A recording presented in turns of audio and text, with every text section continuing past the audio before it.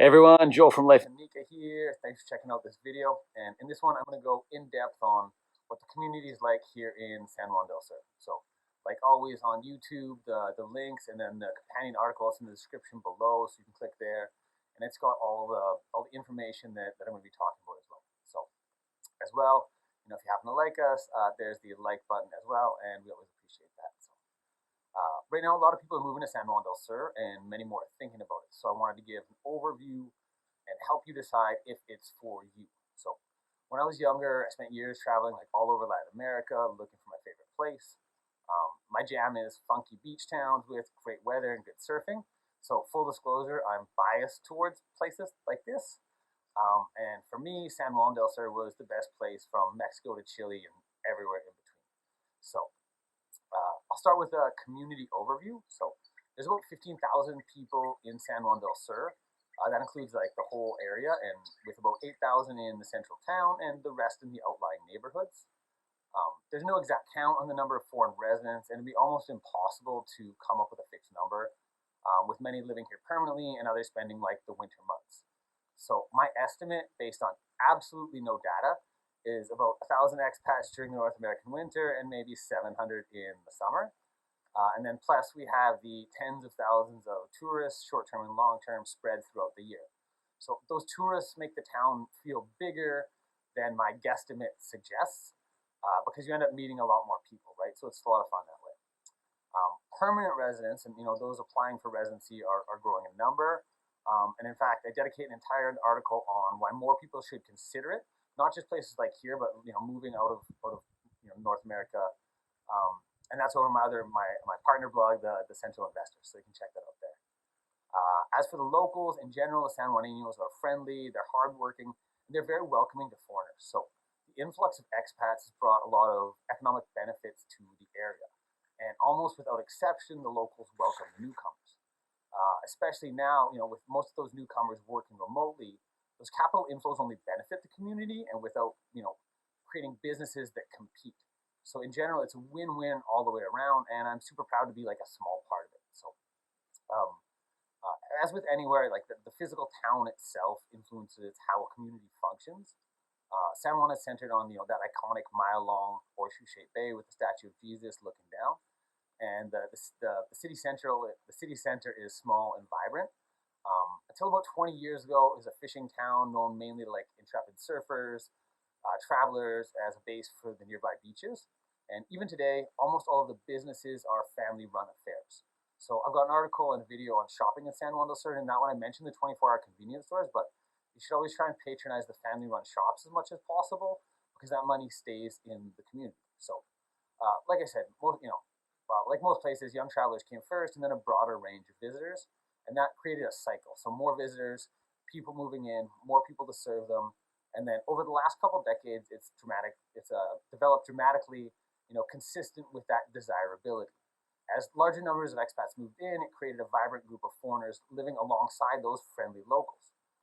And now this blended community is attracting waves of expats with those amenities, the quality expats like this guy, and the quality homes, great weather, and low cost of living. So luckily, we continue to be a funky spot. San Juan is still a town for the more adventurous and open-minded. The only chain restaurant opened was a Subway, and it didn't last. So we're thankful for that. Like anywhere, an overall community breaks down into smaller interconnected ones based on stuff like family situation, age, and interest. So I'll go through those sub-communities that make up the whole. And I'm going to start with the surf and beach community for obvious reasons. Thanks to Lake Nicaragua, which is the largest lake from the U.S. to Bolivia, we've got offshore winds about 80% of the year. So that means we've got more waves often than a lot of other places. And unlike a lot of other surf towns, there isn't the localism that can make foreigners feel unwelcome when catching waves next to the locals. The waters are friendly. And with a range of beaches and breaks within 20 minutes of town, you can usually catch a wave almost every day. The beach bars usually end up with those familiar crowds grabbing beers after the waves. So if you're a surfer or aspiring to be one, you'll meet people pretty quickly. But that's far from the only active option, though. If you're looking for that type of group, there's a big health and fitness community here. For example, Zen Yoga is the spot for the yogis among us. It's got popular classes, and they draw a crew of regular locals. For the good classes, you want to get there early. Don't show up late and be like me and be stuck in the front with your less than stellar skills, and everyone can look at you. The Fight Club gym is the best workout spot in town. That's where I go.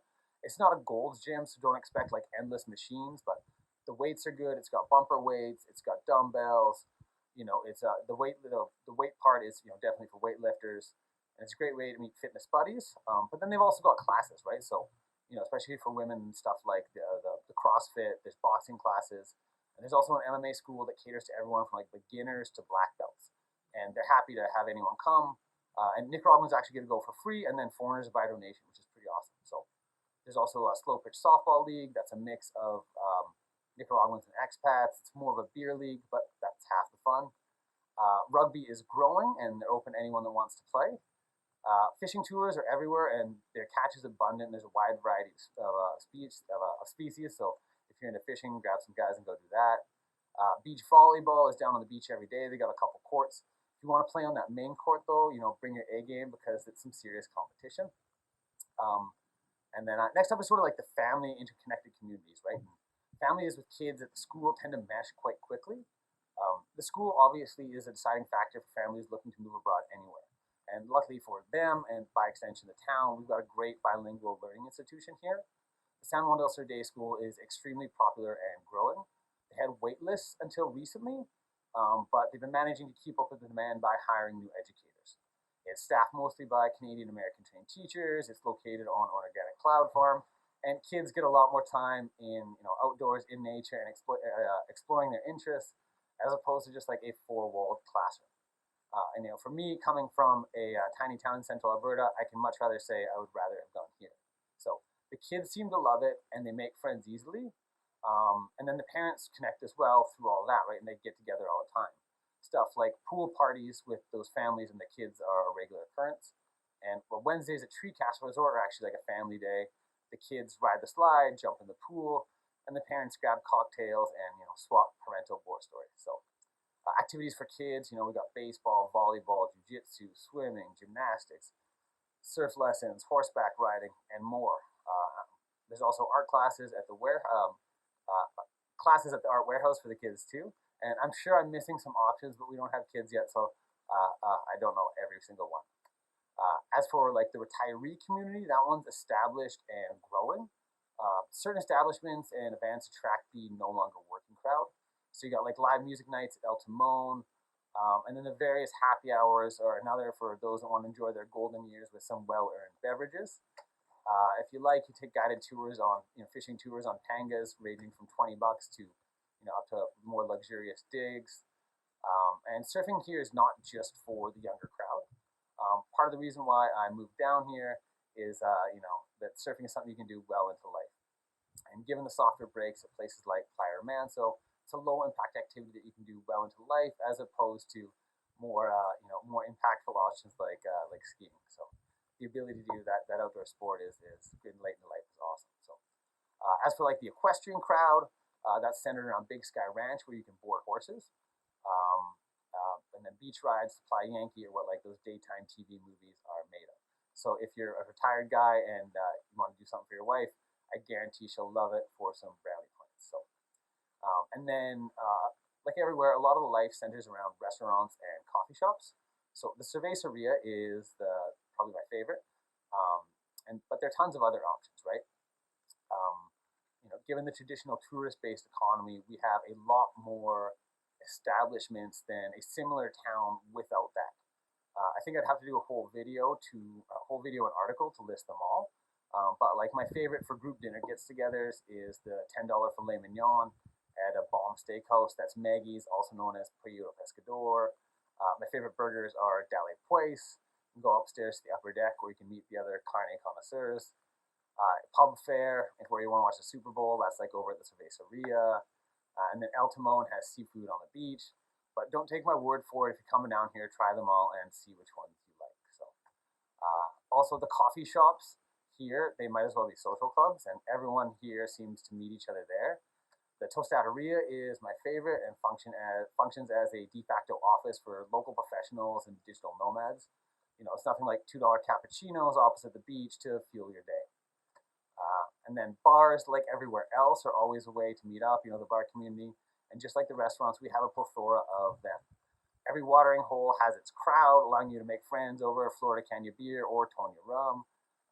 The sports fans catch games like Iguana, Icao, and Social.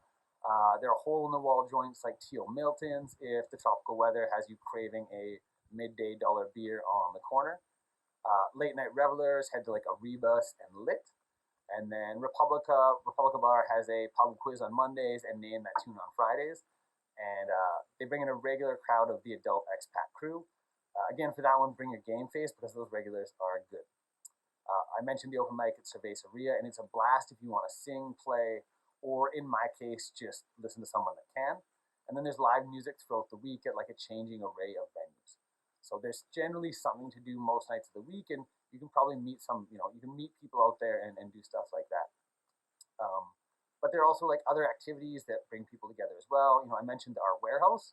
So they're an art cafe and market, and they've got an ongoing changing schedule like painting, drawing, sculpting, etc. So grab a glass of wine, some paintbrushes, and check it out. Just don't criticize my grade school quality work. My wife said my picture was good.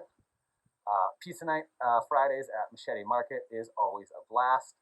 So you can smash some top-notch pies, drink some wine, and chat to your neighbors. They got a cozy outdoor patio. And you can get real chatty after that second bottle of wine. And you know who that is. So baseball games like to go watch are blast as well. So you can grab a crew and head to Revis and catch the Gigantes play in the Nicaraguan National League. Tickets and beer are cheap. You want to get the VIP seats for a couple bucks more, or you'll be packed amongst the very, very vocal locals. Also, Tree Casa has a salsa night on Wednesdays if you got the need to move the hips, if you want to go out and dance. So those are a lot of options. And then in terms of community involvement, there's some awesome options to give back. So SOS Animals Nicaragua is a donation-based veterinary clinic, and they support like the health and happiness of the furry friends in town. So adoptions, treatment, spay and neuter, and the volunteers and donations are always welcome. Believe Academy is a newer one. It's a sports-based organization that gives kids sports, arts, science, and language opportunities. The free programs allow the local kids to enjoy and learn what they otherwise might not be able to. There's the John Bruger Foundation, which is an education-based nonprofit, and they teach skills to improve employment opportunities.